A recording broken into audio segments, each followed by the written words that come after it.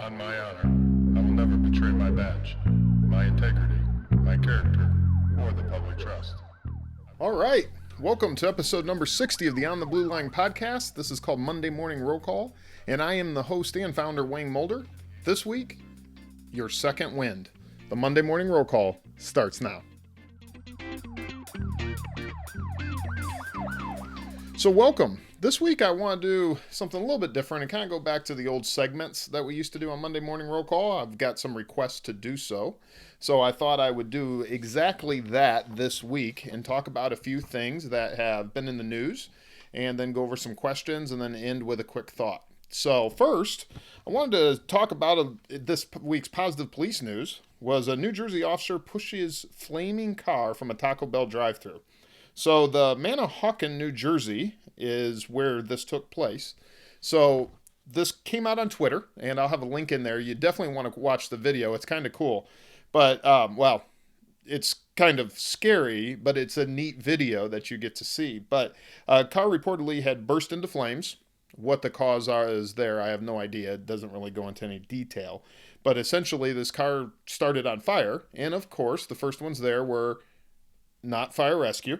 So the law enforcement gets there. And so this officer, Officer Oler, is being congratulated for being quick thinking. He essentially puts his patrol vehicle behind the car and pushes it out of the drive-thru where it had caught on fire. And thus gets the fire away from the building, and then fire rescue can show up and put the fire out. And when you watch the actual video, you can see that he actually drives over parts of the vehicle or oil or something must have been on the ground and had caught on fire as well. So he actually drives his patrol car over it. So the video, which was put out by the police department, was captioned, "Officer Oler arrived just in time to assist with vehicle fire at Taco Bell Drive-Thru today. Great job, Officer Oler." And we couldn't agree more. Great job. Good, quick thinking. And I'm sure that you saved probably that building from catching on fire. And definitely something to be proud of. So, great job. The next thing I want to do this week is just mention a few of the Ask Me Anything questions that I get. So, I want to provide some answers. First of all, your first question may be, how do I do the Ask Me Anything? Well, these questions, they come from our closed Facebook group. So I encourage you, if you are not a member of our closed Facebook group, which is On the Blue Line Guild, Guild, On the Blue Line Guild, and there's a link below in our show notes. Go there, click on that, and join our closed Facebook group. So on there, I've gotten a couple questions in recent days, and I wanted to go ahead and take a minute and try to answer them the best that I can in this short segment. So the first question comes from Tom. And Tom asked the question, how hard is it for law enforcement to uphold laws that appear to be unconstitutional? I'm of course referring to Michigan right now, which most people, if you've been watching the news at all in any part of the country, have seen what's going on up in Michigan and with Governor Whitmer. And I want to point out a few things in that I've got to be careful how I answer this question, Tom. But as I've said before, I'm very fortunate for where I am at that I haven't had to personally deal with anything even close to what's going on there or with anything that would be unconstitutional. So personally, I guess I'm not even really qualified to answer the question. So let me go at it a different way. What I do want to mention is there have been several sheriffs in the state of Michigan who have come out very openly stating that they're going to apply common sense when it comes to some of these laws. One of them being Berry County, Michigan Sheriff Dar Leaf. He was being interviewed and he says, "I'm not defying the order. I'm just applying common sense when it comes to enforcing it." Of course, Governor Whitmer responded to him and to others coming out and stating how they intended to enforce it. And she said that she was very proud of only 4 sheriffs out of 83 sheriffs making a point, and that's fine. She went on to say it's better to be, quote, 6 feet apart right now than 6 feet under. Again, whatever. So I'm not going to get into the broader constitutional question as far as what she's doing and emergency orders versus individual liberty and so forth. That's not really the purpose of this show, nor is it what I want to get into right now. But I will say this in basic answer to your question, how hard is it to uphold laws that appear unconstitutional? Well, first and foremost, some people may not know this or fully understand this, but a sheriff is an elected position. And there is only one sheriff in whatever county it is. And then anybody who works for the sheriff, that's why they're called deputy sheriffs, are deputized by the sheriff. Just kind of like the old days, except obviously there's a lot more training and stuff involved. But the sheriff can deputize people to carry out his mission under him. So you really work under the sheriff and under his authority and under his permission. So to basically answer your question, if somebody disagrees with what the sheriff is saying, then it's like any other job. You have two options. You either comply and do what your boss is telling you to do, or you don't work there anymore. Those are your two choices.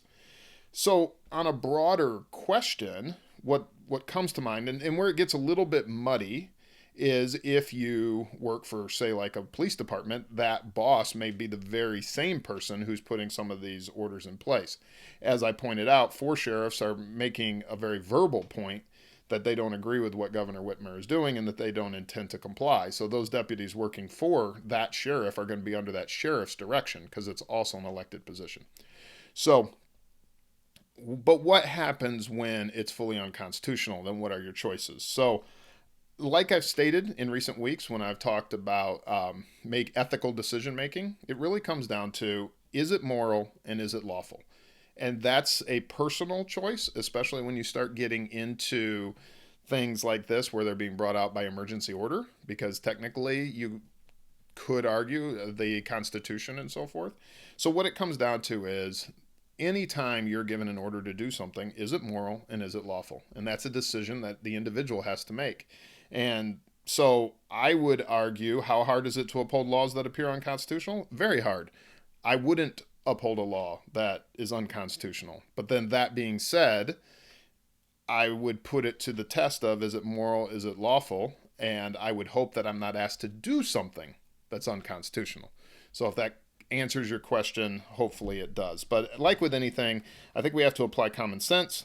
And I think that when it comes to some of these things that are going on, information is everything. Be very informed, be very cautious, and be ready this fall and in elections to come to change these things. I hope that this period of time from March 11th to now doesn't become forgotten. That we come out and we say, hey, this is not the kind of world we want to live in. This is not in line with personal liberty and freedom. And then we change those who have been elected into office by the way that it's done in America, which is through an election. So that's my thoughts on that one. So the second question that I wanted to go over this week was from an Anthony. And he said, would you do anything different, have regrets about the progression of your career, patrol to detective to sergeant, and the time frame? Taking the sergeant's exam is inevitable for me in the future, but I'm afraid I'll look back and regret advancing too soon or not quick enough. I like what I'm doing now, and ideally I would stay where I am for 30 years, but financially I will have to look toward promotion eventually. So, good question.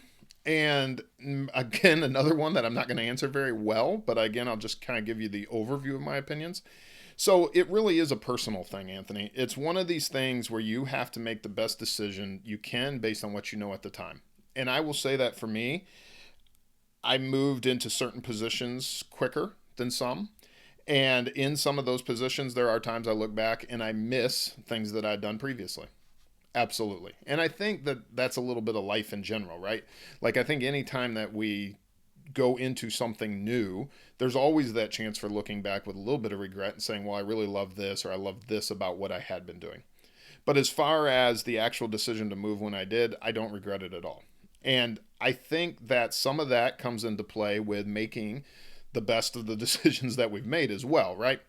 So how would I look at it? What would I do if I was advising someone else? If I had another officer come to me and they said, hey, what should I do looking at my career going forward? And how should my career progress? I would approach it the same way I do anything. And I normally take pen to paper. If you want to take keyboard and type, that's up to you. But I prefer pen to paper. And I would start looking at, okay, where do I want to go and what are my goals? And I would write down, what are your long-term goals, and break down your short-term goals and include your career in that. Include where you want to go. The other thing under long-term goals is, what is your long-term plan? Do you intend to retire from wherever you're at And if you do, at what position do you intend to retire? And I get that life has a way of throwing curveballs and we don't always have a lot of say or control over these things. But I would certainly start laying out a plan as far as this is where I want to be and this is when I want to be there. Some states now, including the one that I'm in, has a 30-year retirement. So depending on how old you were or what age you were when you came into law enforcement, you could very well be well into your 60s before you hit that 30-year mark. So those kind of considerations have to be made. Family genetics. What are the chances you're still going to be doing this job in your 60s? There's a lot of things that come into play that you have to start considering for you and for yourself. So I would do that under the long-term goals. And then I would also identify short-term goals with possible regrets. So in other words, what are the things that I want to do in this career? Because that is one of the neat things about law enforcement, for those of you listening who've never been in it, is depending on your agency and depending on the size of your agency, you probably have a lot of options. You can go into units like K9 for a while. You can go into, and if you do go into a unit such as K9 with the training and the dog and so forth, you're probably going to be in there for years. You can go into units where you're doing more drug activity and you're going after those vice type crimes and narcotic crimes. You can go into more investigative units. You can be promoted, but a lot of times, depending on the agency, every time you get promoted, you're likely going to come back to a patrol function. So these are all good things. So like with any decision-making process, write it down. Put down some of your plans and what your goal is. And then I would take those also with your personal goals and your life goals, which if you have a family and you're married, will need to be something that you get with your spouse on and that you go over. And I would take all of those different segments of your life, put it on paper, and then have a discussion and say, okay, where do I want to be and when do I want to start to be there? Understanding that some things you have no control over. Like you can take a sergeant's exam or a lieutenant's exam and not pass it. And you can also take it and do very well and immediately get promoted. So there's a lot of different things that can happen, and none of us know the future. So I don't get too tied up in those details, but I certainly like to see the details. I like to say, okay, if all goes well, and Lord willing, creek don't rise, as my mama used to say, then we just continue down this path. And if we can get to that point where these things are starting to look like this is going to be a possibility, then I'll go ahead and take the exam. Or maybe I say, well, I want to spend X number of years in this investigative unit or X number of years in this K9 unit or whatever the case may be. And then at this year, I'm going to put in for the exam. And I know certain agencies, they only do the exams at certain times or as needed. So that will play a part as well. Because if you say, well, I want to wait till my 10th year, well, if you don't put in until your 10th year and they don't have the exam for another 2 years, you're actually going to be waiting till your 12th year. And then if you don't do well on that test, you may be waiting till your 14th year and so forth and so on. So some things are out of our control, but as always, control what we can control and make the best decision based on the facts that you have at that time, and then be comfortable with it. Maintain that positive attitude and move forward, because that really is all we can do in the end, correct? So thank you guys again. If you want to ask any questions, it's in our On the Blue Line Guild, which is our closed Facebook group, On the Blue Line Guild. This week, just real quick, the thought for this week, I want to talk to you about a second wind. So I don't know about you guys, but everything going on and even doing this podcast every week, the more we get into the weeds on things, the tougher they become and the less we want to do them. And we all go through these moments where we just don't feel like going on. I know I don't look anything like a runner, especially if you're watching this on video. I don't look anything like a runner at all. But one of my favorite activities when it comes to exercise is long distance running. And I like distance running. I do not like short distance running. I do not like sprinting. I like that long, just clear your mind, listen to some music, and just ignore the world. And whether it's a long run, a long walk, whatever it is, just getting out there and going for distance is what I've always enjoyed. Well, one of the things, especially when you're in a timed event, or maybe you're doing 1.5 miles for like an agency qualification or whatever, there's the second wind. And we're all familiar with that term, where you get to the point where all of a sudden in the race, you're like, you know what? I've just got more energy than I had even a minute ago, and all of a sudden you kick it in and you start doing better, and you speed up and you just feel better. You get a mental feeling, and there's a whole chemical process and so forth that's going on as well that people a lot smarter than me can describe. But essentially, the resurgence of energy that we get is primarily mental, right? I mean, ultimately, it comes down to changing our perspective. Maybe it's because you passed the halfway mark. Maybe it's because you've gotten closer to another runner and you feel you can overtake them. Maybe it's because you've passed a bunch of runners. Maybe it's a whole bunch of different things. Maybe it's because you're a little bit closer to the finish line now. So you get that second wind. You feel like, hey, I can do this. Well, ultimately, the only thing that's changed is your mindset. And because of changing your mindset, the way you feel about it changes. And then hence you get your second wind and you end up doing better in that race. So I just want to encourage you this week, just a real quick thought on when things become frustrating, when you don't feel like continuing on. We all go through that. We all hit highs and lows. And I can tell you that this pandemic is weighing on a lot of people, because things that we used to do for release and things that we used to do for fun. And I mean, the American public just goes out to eat for fun, and not being able to do that. And I know it's starting to open back up in some states, but it's opening slowly. And there's a lot of frustration and a lot of concern as far as, is it going to be safe and so forth. You know, whenever we're doing something that we start to get frustrated and we just don't feel like going on, two things that I would suggest we think about. And this is the thing for us to consider for this week. First of all, is it what I should be doing? That's always the fundamental question, right? Because you got to ask yourself, is this what I should be doing? If it's not, then quit doing it. But if it is what you should be doing, once you've answered that question to the affirmative, then we've got to start focusing on our thinking and our mindset, emphasizing those positive aspects, and then looking at where we are trying to go, just like I was just talking about in that question I answered for Anthony, and then maintaining a positive outlook. And if it starts to feel overwhelming, if we feel like we're just not getting where we want to be in the race, remember that second wind comes from changing our mindset. So brothers and sisters, be safe out there. That's all I have for you this week. I'll see you next Monday at Roll Call. And in the meantime, I'll see you on the Blue Line.